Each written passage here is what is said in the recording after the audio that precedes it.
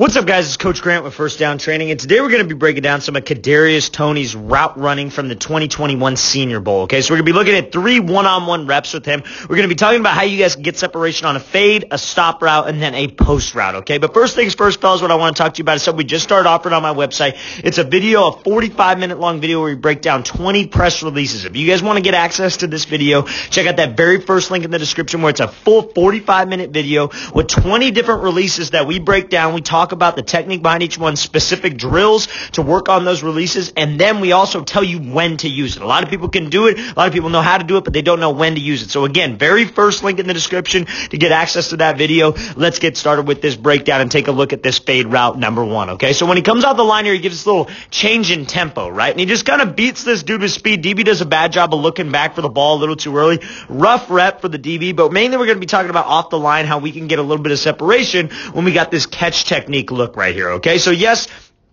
this DB probably could have played this route a lot better, but we're mainly going to just kind of be talking about the IQ and how a receiver, if you're a quicker guy, you could maybe get an extra step on a DB, right? Because it's all about, especially at this level, if you could get an extra step on a guy, that's open, right? You beat a guy by 1-2 steps, that's open. The quarterbacks are talented. They're going to be able to put this ball in the right spot for us to be able to make a play, right? So I come off the line and you see how he gives this kind of 1-2 move to the inside. DB doesn't really do anything, doesn't really react off it, stays disciplined, watching those hips.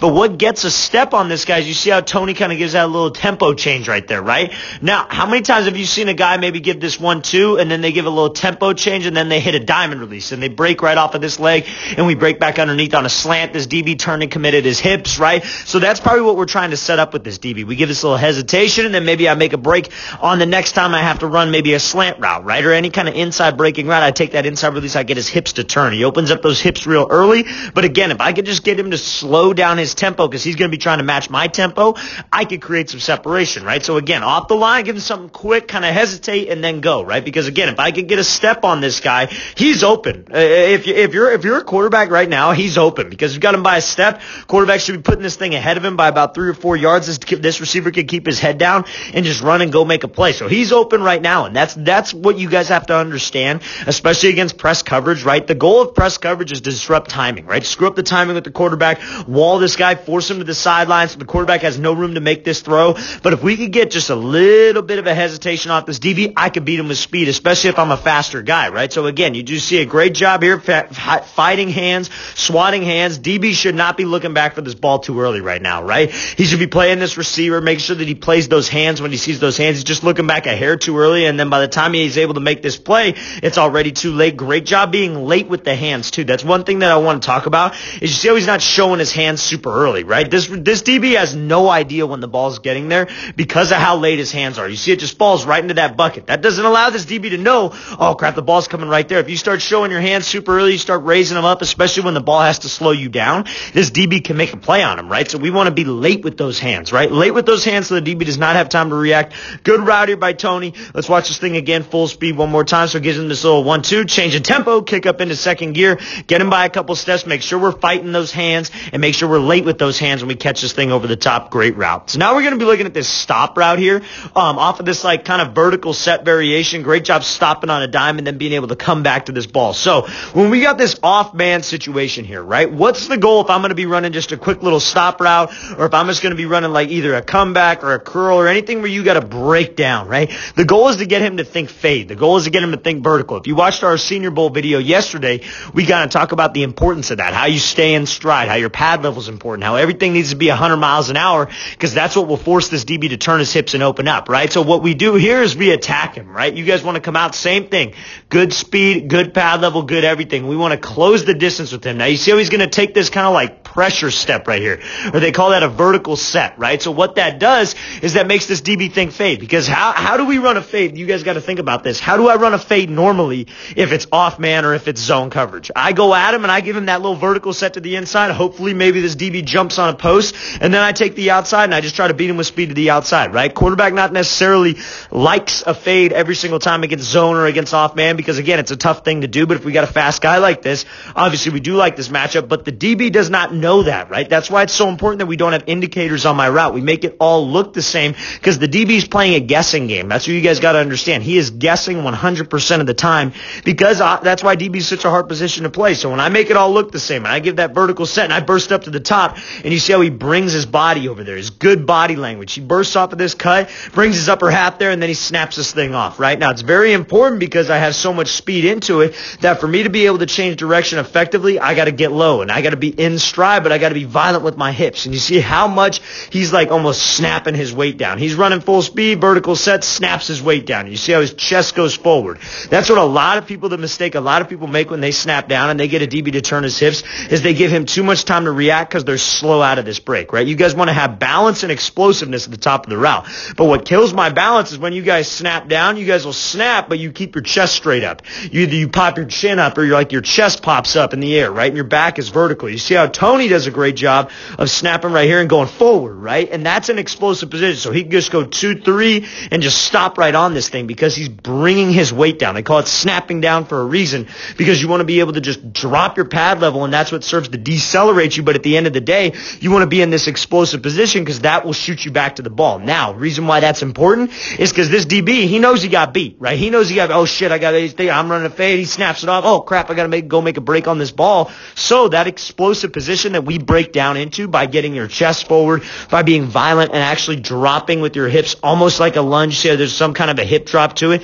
That creates a position where we could drive back to the ball because here it's a race. It is a race to this spot. And you see how he does a great job of accelerating back to the ball, coming back to this thing, and then making a play after the catch. That's a great job by Toney selling vertical on this route, right? Using that vertical set to try to make this DB thing fade. I get him to open up those hips with my pad level, with my stride, with my speed. I'm closing the distance with him. That vertical set is just icing on the cake. Let's watch the thing again, full speed one more time. So he's coming off here, full speed, vertical set, snap this thing off. Let's get out of this break. Great route here by Toney.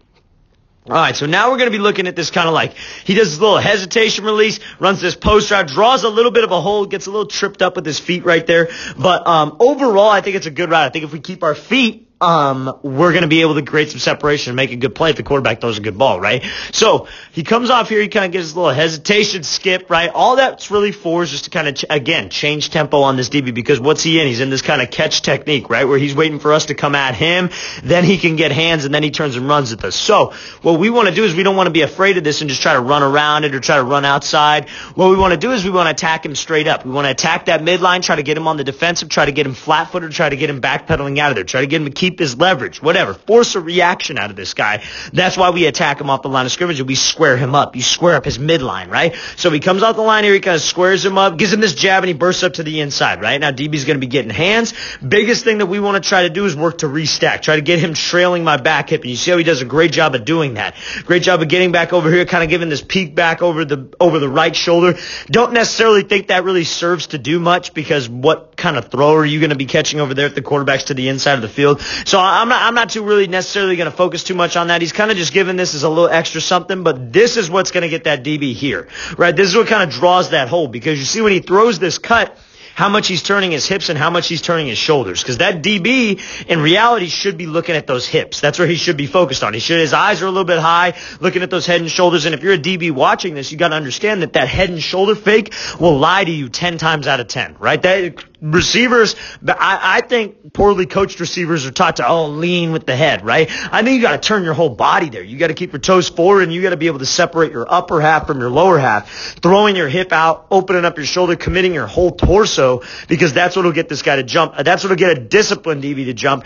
And then imagine what it will do to an undisciplined DB, right? So I make sure I throw here, draw a little bit of a hold, kind of get a little bit tripped up right here, which is fine. But overall, good route. I think we get a lot of separation if we don't have the hold. And then if we obviously don't trip up with my feet and the quarterback makes a good throw, it's a guaranteed easy touchdown. This is a great job by Toney working over the top and using that heavy indicator. There's one thing you could do when you guys got to run excuse me, there's one thing you guys got to do when you could run a post route, right? Post route, inside release, you give that hard indicator cut. You just give one solid cut and go. You give a rocker step. You could do a lot of different things when you work to restack, but restacking is important. When you guys are here, you should work to try to get back over the top the best you can.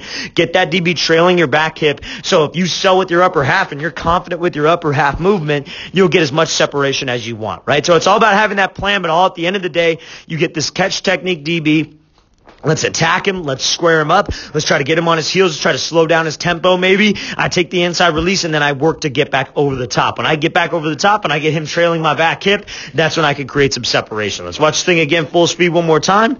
So coming off, close the distance, get him to kind of stop those feet, work to restack, heavy indicator cut, head and shoulder fake, and then create some space. It's a great route there by Toney. All right, guys, I really want to thank you for watching. I really appreciate it. If you guys have any questions at all, please leave those in the comments below. I'll get back to you as soon as possible. And also, guys, if you want to get access to a 45-minute long 20 press release video drill, right? 20 press releases we go over with specific drills and the situations to use those 20 different releases. You only need 5 per game, fellas. We give you 20, so you got a lot to pick from. You got a lot of tools in your arsenal. Very first link in the description. Hope to get you guys on that soon. I'll see you guys next time.